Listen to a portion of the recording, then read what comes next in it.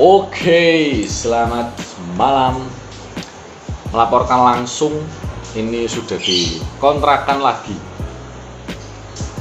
Kira-kira jam 8 kami sudah tiba di kontrakan lagi. Gini, jadi laporan untuk perjalanan atau trip kali ini adalah pertama kan kita kan berangkat dari Jumat itu, hari Jumat sore, siang lah, Jumat siang sekitar jam berapa itu kan? Sekitar jam 2 kita berangkat. Jam 2 kita berangkat, terus kita via Salatiga dari Semarang ya, Semarang, Salatiga. Terus kita ke Solo, terus ke Karanganyar. Pada malam itu full hujan ya Mas ya? Full hujan dari mana itu? Dari Salatiga full hujan, kita ditemani hujan. Terus sampai Karanganyar itu mati lampu. Malah seperti, lebih tepatnya di Tawangmangunya itu mati lampu. Itu bayangkan bro, di alas bro. Wah? Kan ini Jawa. Mix. Itu gelap, nggak kelihatan apa-apa, seperti kota mati pas itu. Tapi alhamdulillah udah nyala dan kita putuskan untuk menginap di sana, cari penginapan di sana. Estimasi berapa pas itu per malam? 150.000 satu kamar penginapan itu. Terus paginya kita lanjut lagi via Magetan. Terus Magetan turun itu langsung Madiun. Terus via Jombang. Lalu kita memutuskan untuk naik ke Bromonya via Pasuruan. Dan sampai Pasuruan itu kita langsung ditodong sama calo. Bapak-bapak yang semula kita nggak tahu itu tuh calo apa bukan. Dia sih ngakunya sih ini ya Mas, apa namanya, saudaranya yang punya villa, seperti itulah. Intinya sudah menawarkan ada villa segala macam. Saya tanya harga dan fasilitas, dia nggak bisa jawab karena ya itu, karena bukan miliknya kan, nggak paham juga. Alasannya sih nanti aja Mas, di sana sama saudara saya, seperti itu. Jadi awalnya kan memang kita berdua belum dapat penginapan, jadi kita putuskan mau ngecek dulu ya Mas ya. Lalu kita berangkat diantar sama bapaknya itu, si calo itu, ke villa tersebut. Villanya sih sebenarnya nggak ada masalah sama lokasinya karena itu lumayan deket lah, hanya kisar 150 meteran ke loket yang via Pasuruan itu. Yang masalah adalah villanya. Coba Bapak Andrian dijelaskan villanya bagaimana? Ngomong kasar boleh? Jangan. Bukan kasar, itu kalimat-kalimat seperti bau villanya bau nggak masuk akal. Ada celana dalam ketinggalan, ya Allah. Saya tidak mau menyebutkan villanya ya, tapi tolong pemilik villa yang merasa mengenal dengan saya, yang pernah lihat saya nginep di villa Anda, tolong kinerja Anda tolong. Anda merasa terkenal sekali sampai Kang Villa tahu. Barangkali yang ditonton bro, barangkali. Intinya tolong. Kan kita nggak bisa mandi. Pertama kita masuk itu kita kecewanya di situ bro. Villanya kan ngomongnya itu ada TV, ada air hangat, wifi nyala, TV off nggak nyala. Terus yang paling buat kesal adalah air hangatnya mati di Bromo. Dimana saat itu sedang hujan terus, tidak masuk akal, kabut menemani kita, air hangat mati. Bagaimana tanggapannya Mas Andrian? Betul, kita sudah mencoba protes, Bu, ini villanya kok air hangatnya mati. Terus ibu itu ceritanya telepon sama orang siapa lah nggak tahu, telepon tapi nggak bisa datang. Mungkin intinya nggak bisa datang dan ditinggal. Tidak ada itu kompensasi uang kembali ataupun diperbaiki. Tidak ada. Tapi untuk info itu apa namanya, villa di situ pertama langsung dihajar bro, 400.000 per malam. Tapi kalau 400.000 menurut saya sih masih masuk akal karena pertama ini di musim liburan, kedua kita dadak, nggak secara online ya, dan dadak offline, terus di dekat loket masuk. Kalau 400.000 masih masuk akal menurut saya, tapi pas itu saya ketemu sama orang Demak, dia menyarankan katanya ditawar aja mas. Kalau soalnya biasanya di situ memang bisa ditawar. Akhirnya kita tawar, dapatlah harga 350.000 per malam. Nah, mulai dari situlah kekecewaan pertama dimulai. Terus di Bromo kita bermalam jam berapa itu kan kita bangunnya? Jam 4 bro. Subuhan. Yes. Subuhan, setelah subuhan kita berangkat. Dan yang bikin tidak masuk akal adalah orang-orang Bromo kenapa naik kendaraannya. Mungkin di sana kalau blur-blur nggak ada yang marah bro. Udah terbiasa. Ternyata naik kendaraannya itu di player gitu. Itu yang membuat saya bangun. Satu klaim sama itu. Pokoknya di gitu terus. Ya nggak masalah. Mungkin karena kan nanjak seperti itu ya. Jadi nggak ada masalah.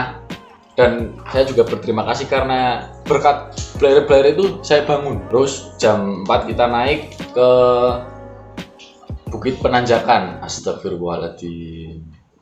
Kenapa ada buto lewat? Bentar, ada buto guys. Takut sih. Jadi kita naik ke Bukit Penanjakan dan hujan. Ya mas ya. Sangat hujan dan kabut turun. Jadi kita hanya berhenti di pertigaan yang mau turun ke lautan pasir.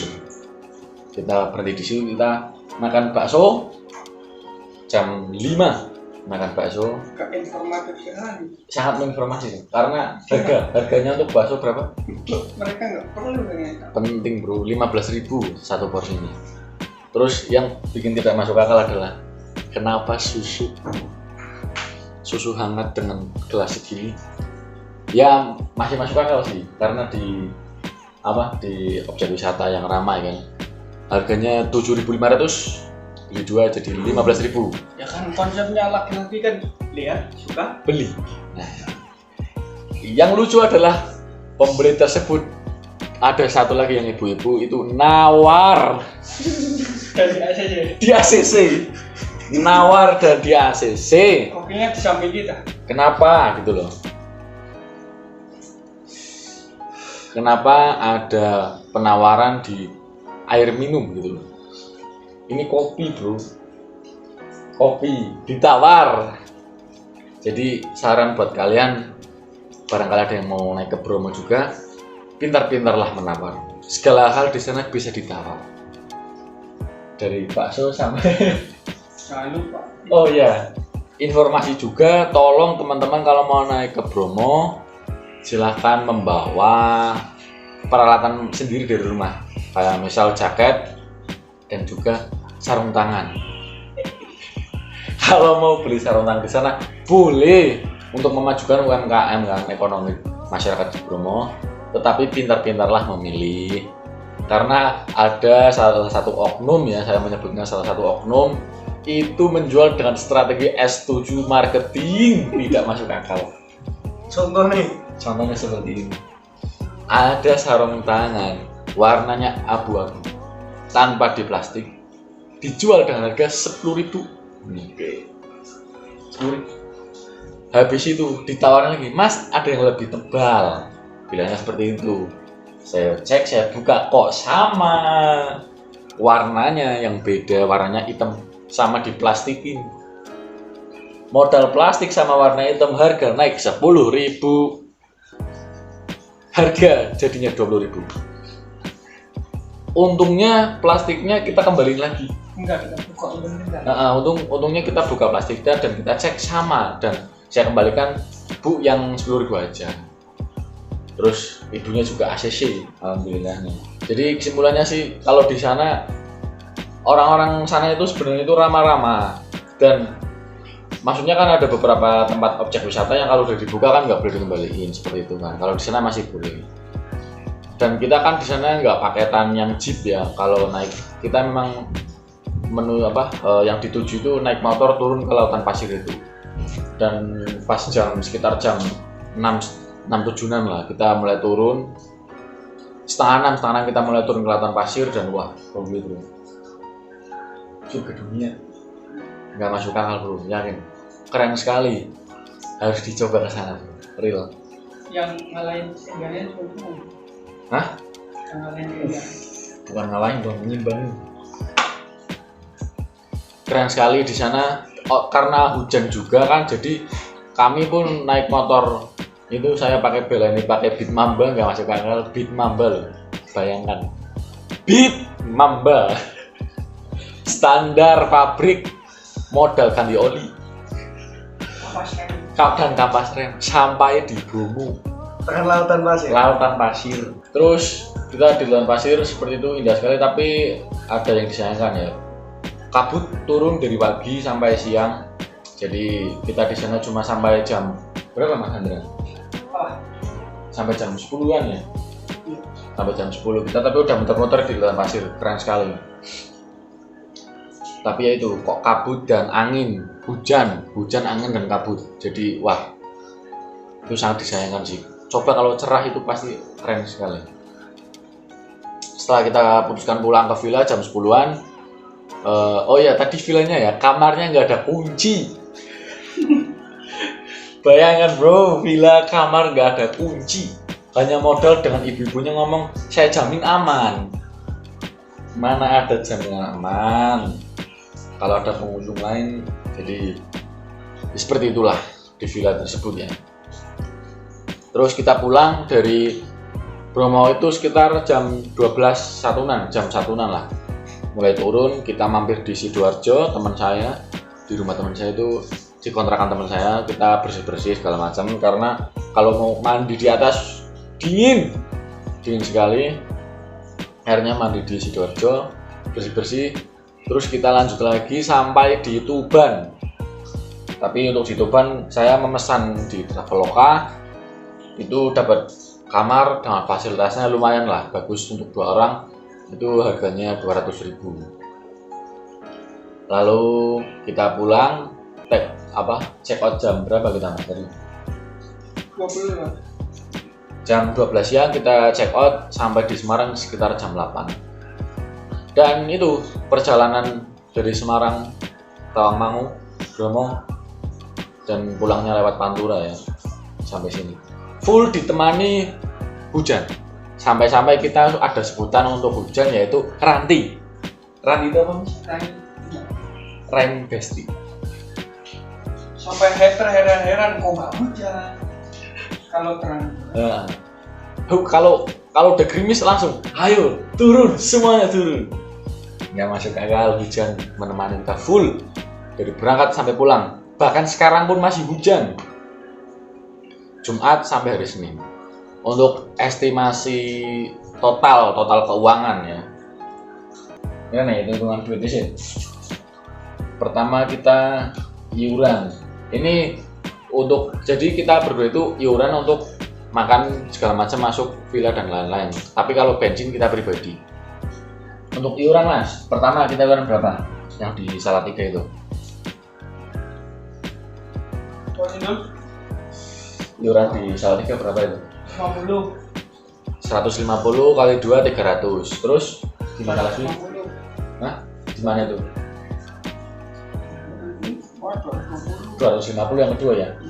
Berarti 500 800. Terus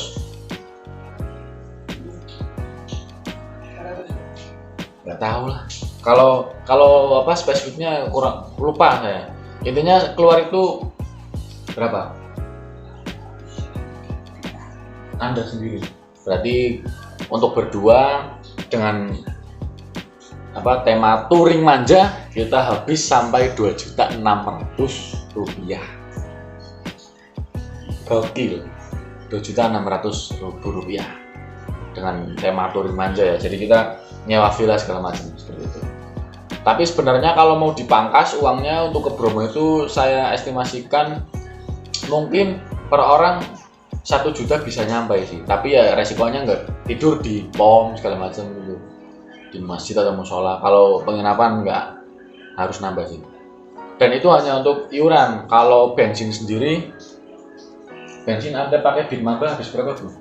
100 bro, 250. 250.000. Kalau saya bensin itu pakai Bella pertama itu 150, terus 5 ngisi nanti bisi kan ngisi nang ini Semarang, terus kalau ini nang Tamang ngisi pura-pura nang pasar Manjat Bromo ya kayak 1.000, 200, pasar Merdun 100, sebenarnya mana 100,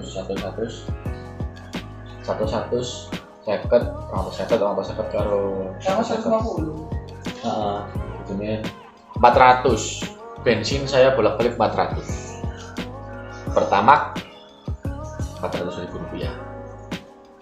Jadi kesimpulannya saya pribadi habis segini ini ya, terus untuk Andrian habis segini ini tuh. Untuk teman-teman yang mau naik ke Bromo silakan. Kalau saran dari saya dan Andrian ya, saya dulu ya. Saran dari saya adalah kalau mau naik ke Bromo motoran lebih baik lewat jalur tengah atau selatan ya. Lewat tengah yang Karanganyar Magetan ke sana. Nanti vianya Pasuruan itu jalannya halus, full halus. Paling ada beberapa yang masih rusak ya di daerah Jombang. Daerah Jombang itu masih agak rusak, tapi setelahnya itu halus semua. Saya kan berangkat kan via atas terus pulangnya via Pantura. Tadi pulang via Pantura full rusak dan ada beberapa titik yang banjir. Jadi teman-teman semua silakan diperhitungkan mau berangkatnya kapan, lewatnya mana, dan estimasi budgetnya seperti itu. Kalau kedua saran dari saya adalah silakan kalau ke Bromo dipersiapkan mau nginepnya di mana. Kalau bisa usahakan pesan lewat ini aja, aplikasi aja. Kalau langsung ke sana langsung ditembak, serius saya nggak bohong. Dan jangan lupa kondisi kendaraan harus prima. Kalau sebenarnya mau lebih hemat lagi bisa paketan sih, tapi resikonya ya kalian di sana nggak ada kendaraan, jadi harus naik jeep, ojek segala macam. Dari Mas Andrian apa sarannya? Hati-hati bro. Oh iya, yang kalau mau pakai matic diperhatikan. Ya nggak hanya matic sih ya, semuanya ya kendaraan diperhatikan, khususnya di bagian pengereman. Soalnya kalau mau turun ke lautan pasir itu sampai 45 derajat. Kalau bisa jangan dipaksakan, sering-seringlah berhenti ya, disiram cakramnya pakai air seperti itu. Apalagi kan Andrian? Sudah, mungkin itu saja untuk konten trip Bromo kali ini. Silakan bagi teman-teman, Bromo itu indah dikunjungi, tapi ingat waktu, tempat, dan